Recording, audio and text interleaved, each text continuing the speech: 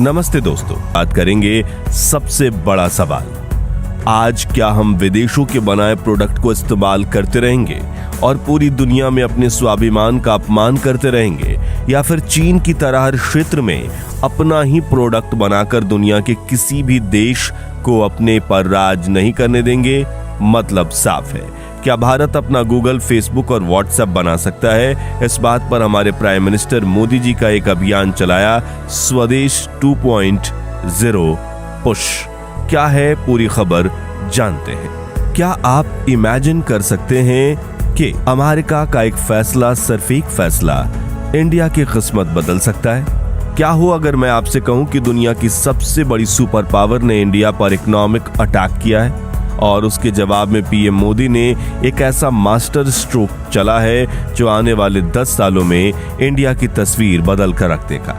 ये कोई मामूली खबर नहीं है, ये खबर है ट्रंप के 25% टैरिफ की, मोदी के स्वदेशी 2.0 पुश की, और इसके बीच में छुपे उस बड़े सवाल की कि क्या इंडिया अब तैयार है अपना खुद का गूगल, अपना खुद का फेसबुक बनाने के लिए? वीडियो के एंड तक बने रहिए, क्योंकि आज हम सिर्फ खबर नहीं, इंडिया के फ्यूचर का पूरा एनालिसिस करने वाले हैं, बिल्कुल आसान भाषा में। तो चलिए सबसे पहले उस खबर की बात करते हैं जिसने सबको हिलाकर रख दिया। अमेरिका के प्रेसिडेंट डोनाल्ड ट्रंप ने ऐलान किया कि इंडिया प्रोडक्ट्स पर 25% का भारी भरकम टैरिफ लगा देंगे। इतना ही नहीं, उन्होंने ये भी कहा कि इंडिया को एक पेनाल्टी भी देनी होगी, क्योंकि इंडिया अमेरिका की ना सुनकर रशिया से सस्ते दाम पर तेल और मिलिट्री का सामान खरीद रहा है। उन्होंने तो एक सोशल मीडिया पोस्ट में इंडिया और रशिया को डेड इकोनॉमीज तक कह दिया। अब आप सोचिए, ये सिर्फ एक ट्रेड पॉलिसी नहीं, यह एक डायरेक्ट इकोनॉमिक चैलेंज है। यह टैरिफ 1 अगस्त से लागू हो गया है और इसका सीधा असर हमारे टेक्सटाइल, फार्मास्यूटिकल्स और इंजीनियरिंग गुड्स जैसे सेक्टर्स पर पड़ रहा है। मतलब साफ है, अमेरिका में मेड इन इंडिया प्रोडक्ट्स महंगे हो जाएंगे, जिससे उनकी डिमांड कम हो सकती है। अब सवाल उठता है कि आखिर ट्रंप ऐसा क्यों कर रहे हैं? दोस्तों, ये पूरा मामला इकोनॉमिक प्रेशर का है। अमेरिका काफी टाइम से इंडिया के साथ एक फ्री ट्रेड डील साइन करना चाहता है, जिसमें वो चाहता है कि इंडिया अपने किसानों और छोटे उद्योगों को मिलने वाली प्रोटेक्शन हटा दे।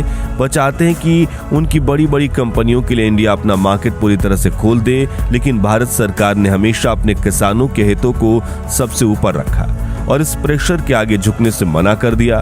ट्रंप का ये टैरिफ मूव उसी बात का गुस्सा है। वो चाहते हैं कि इंडिया को मजबूर करके ऐसी डील साइन करवाई जाए जो अमेरिका के लिए ज्यादा फायदेमंद हो, लेकिन उन्हें शायद अंदाजा नहीं था कि इस एक्शन का रिएक्शन क्या होगा। इस अमेरिका प्रेशर के जवाब में पीएम मोदी ने एक रैली से पूरे देश को एक नया मंत्र दिया। उन्होंने इस चैलेंज को एक अपॉर्चुनिटी में बदल दिया। उन्होंने कहा कि आज जब पूरी दुनिया की इकोनॉमी में उथल पुथल मची हुई है, हर देश सिर्फ अपने फायदे के बारे में सोच रहा है, तो भारत को भी अपने इकोनॉमिक इंटरेस्ट के लिए अलर्ट रहना होगा, और इसका सबसे बड़ा हथियार है स्वदेशी। उन्होंने एक ऐसी बात कही जो हर हिंदुस्तानी के दिल को छू गई। उन्होंने कहा कि जब भी आप कुछ खरीदें तो एक पल के लिए सोचिए, क्या ये किसी हिंदुस्तानी ने बनाया है? क्या इसमें किसी भारतीय का पसीना लगा है? ये सिर्फ एक अपील नहीं थी दोस्तों, ये एक मूवमेंट का ऐलान था, जिसे हम स्वदेशी 2.0 कह सकते हैं। उन्होंने देश के हर दुकानदार से, हर व्यापारी से अपील की है कि आने वाले त्योहारों के सीजन में सिर्फ लोकल प्रोडक्ट्स ही बेचें। यहाँ पर हम एक बात समझ जाएं कि यह स्वदेशी का मतलब सिर्फ विदेशी सामान का बहिष्कार करना नहीं है, यह एक सोच है, एक माइंडसेट है। यह अपने देश की काबिलियत पर विश्वास करने की बात है। आत्मनिर्भर भारत का विजन यही है कि हम चीजें केवल खरीदें नहीं, बल्कि उन्हें बनाना भी सीखें। हम इंपोर्टर से एक्सपोर्टर बने।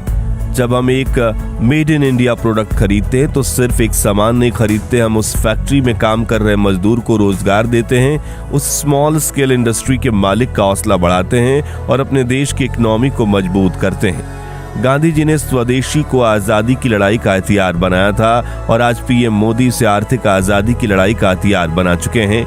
यह प्रेशर हमें बताता है कि हम दूसरे देशों पर अपनी जरूरतों के लिए निर्भर नहीं रह सकते, हम अपने पैरों पर खड़ा हों।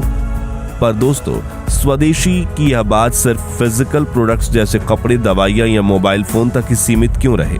असली खेल तो अब शुरू होगा डिजिटल दुनिया में। 1 मिनट के लिए सोचिए, आप ये वीडियो शायद YouTube पे देख रहे हैं जो गूगल का है। इससे पहले आपने इंस्टाग्राम पे रील देखी होगी जो मेटा का है। दोस्तों से व्हाट्सएप पर बात की होगी, वो भी मेटा का है। सर्च करने के लिए गूगल यूज करते हैं, ये सभी कंपनियां अमेरिकन हैं। इंडिया इसका सबसे बड़ा मार्केट है। करोड़ों यूजर्स यहाँ हैं, लेकिन कंट्रोल किसका है? अमेरिका का। हमारा डेटा, हमारी पर्सनल इंफॉर्मेशन सब उनके सर्वर्स पर है और वो इसका इस्तेमाल अपने फायदे के लिए करते हैं। ट्रंप का टैरिफ एक वेकअप कॉल है। अगर अमेरिका हम पर इकोनॉमिक प्रेशर डाल सकता है तो क्या गारंटी है कि कल को ये टेक कंपनियां हम पर डिजिटल प्रेशर नहीं डालेंगी? मैं जानता हूं आप सोच रहे होंगे कि गूगल और फेसबुक जैसी कंपनियों को रिप्लेस करना बच्चों का खेल नहीं है। उनके पास अरबों खरबों डॉलर की फंडिंग है, दुनिया का बेस्ट टैलेंट है और उनके प्रोडक्ट्स इतने पॉलिश्ड हैं और आसान है कि उनकी आदत छोड़ना मुश्किल है। ये बात बिल्कुल सच है। चैलेंज बहुत बड़ा है। हमने ट्विटर के अल्टरनेटिव के रूप में कू को आते देखा। उसने शुरुआत में भी जोर पकड़ा, लेकिन आम यूजर्स को अपनी तरफ खींचने में उतना सफल नहीं हो पाया। पर दोस्तों, उम्मीद की एक बहुत बड़ी किरण भी है और उसका नाम है यूपीआई। जब यूपीआई लॉन्च हुआ था तो किसी ने नहीं सोचा था कि अमेरिका के वीजा और मास्टर कार्ड जैसे जायंट्स को टक्कर देगा, लेकिन आज यूपीआई ने पूरी दुनिया में डिजिटल पेमेंट का चेहरा बदल दिया है। यह 100% मेड इन इंडिया टेक्नोलॉजी है जो इतनी सफल हुई कि आज गूगल पे और फोन पे जैसी कंपनियां भी उसी पर चलती हैं। इससे साबित होता है कि अगर इंडिया एक world class user friendly product बनाए तो लोग उसे दिल से अपनाते हैं। तो फिर इंडिया का अपना सर्च इंजन या सोशल मीडिया प्लेटफॉर्म्स कैसे बनेंगे? इसका रोड मैप 3 चीजों पर टिका है। पहला, सरकार का सपोर्ट। सरकार को डेटा लोकलाइजेशन जैसी पॉलिसीज को सख्ती से लागू करना होगा, यानी अमेरिकी कंपनियों को मजबूर करना होगा कि वो इंडियंस का डेटा इंडिया में ही स्टोर करें। इसके अलावा स्टार्टअप इंडिया जैसे प्रोग्राम्स के जरिए इंडियन टेक कंपनियों को शुरुआती फंडिंग और टैक्स में छूट देनी होगी। दूसरा, प्राइवेट इनोवेशन। हमारे स्टार्टअप्स और इंजीनियर्स को सिर्फ कॉपी पेस्ट नहीं करना होगा, उन्हें एक ऐसा प्रोडक्ट बनाना होगा जो गूगल से बेहतर हो, जो इंडियन यूजर्स की जरूरतों को समझे।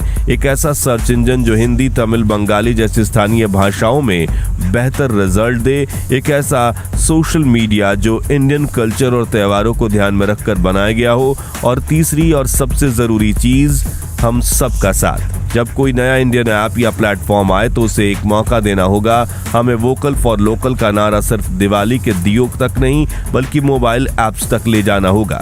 अगर ये तीनों चीजें एक साथ काम करें तो वो दिन दूर नहीं जब सर्च इट ऑन गूगल की जगह शायद इसको भारत सर्च कर लो बोला जाए। तो दोस्तों, डोनाल्ड ट्रंप का ये टैरिफ एक संकट जरूर है, लेकिन हर संकट अपने साथ एक अवसर लेकर आता है। यह अवसर है इंडिया के लिए मैन्युफैक्चरिंग से टेक्नोलॉजी तक हर सेक्टर में आत्मनिर्भर बनने का। ये लड़ाई सिर्फ सरकार की नहीं, ये हम 140 करोड़ हिंदुस्तानियों की है। हमारा एक छोटा सा फैसला, एक लोकल प्रोडक्ट खरीदने का, एक इंडियन ऐप डाउनलोड करने का, देश की इकोनॉमी में एक बड़ा योगदान दे सकता है। अब मैं आपसे एक सवाल पूछना चाहता हूं कि आपको लगता है कि इंडिया यूएस टेक कंपनियों को टक्कर दे सकता है? क्या आप एक made in India social media platform use करने के लिए तैयार हैं? अपने विचार